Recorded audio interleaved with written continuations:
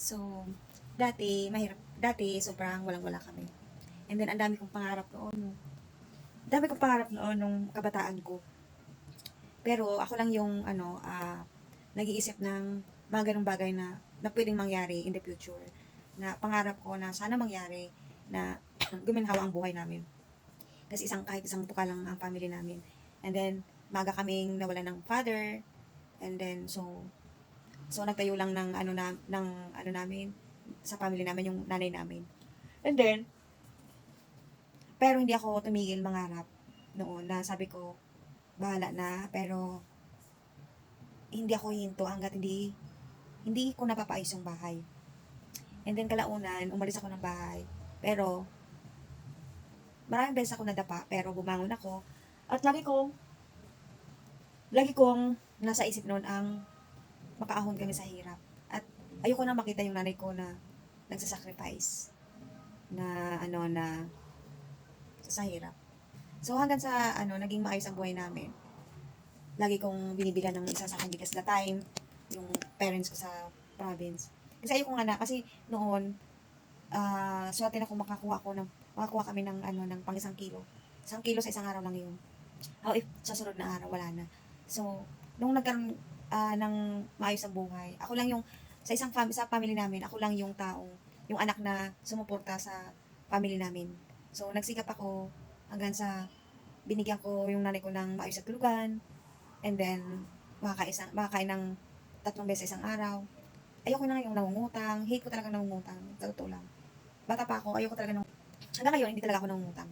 May utang man ako sa person, pero madali ko siyang bayaran.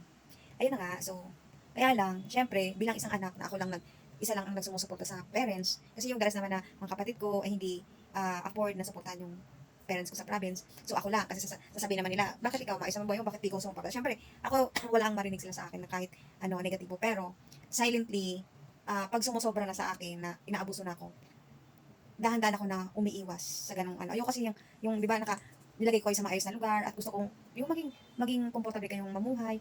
And then yung family mo naman gumagawa ng, alam mo, milyonarya ka, 'di ba? Gusto ko pag nagsuporta sa family, kailangan yung family mo din nakikisama sa iyo kung paano mo pahalagahan yung tinutulong ng anak or any in the family. Sometimes kasi sa family, inaabuso ang isang taong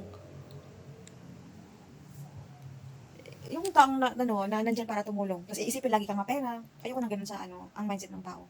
Syempre kapag kasi hindi naman araw-araw may pera ka. So, hanggang sa naramdaman ko na parang iba na once na pinadalan mo is wala na agad. So, syempre, ikaw naman, hindi mo naman pinipulot ang pera. Tsaka, wala naman ibang tutulong kundi ikaw, di ba? So, pag ganun ang isang tao sa akin, inaabuso na ako, slowly distance to that person that abusing you. Physically, mentally, and, emotionally. So, ang hirap nun, guys. Kapag inaabuso ko na ng mga kamag-anak mo, mga mahal mo sa buhay, dapat iwasan na kasi hindi ka asenso kung ang mga kasama mong pamilya hinahata ka ng pababa. Dapat ikaw nga ay maging masaya sila kung anong meron ka at tinutulungan mo sila. Kaya lang, kung hatakin ka rin pababa, pare-parehas kayong maghihirap ulit. Diba? Dapat ganoon ang family dapat tulungan. Hindi yung nag-aaway, hindi yung tumutulong na siya, yun pa yung aawayin nyo.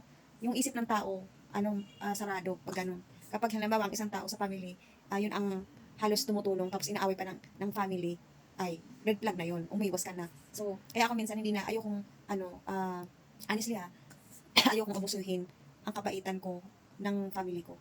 Yun. Hindi ako nagsusumbat, kaya lang gusto kong itama ang mali. Ganun ako. Kasi hindi mo na madadala yung mga bagay na yan sa pag namatay kayo. Kaya lang kung inaabuso ka na, syempre nabubuhay ka pa. Alangan, itulong mo lahat yung mo, walang-wala ka na, di ba? Parehas kayo babagsak. Ganon. Sana may matutunan kayo sa aking story na to dahil hindi sa lahat ng oras, mayroon ka, umiikot ang mundo, bilog ang mundo.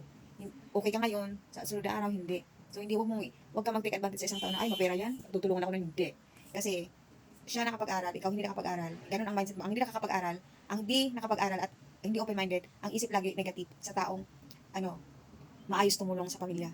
Ang taong nakapag-aral at, open-minded, and then, mas patience pa doon sa taong, close-minded. Ganon.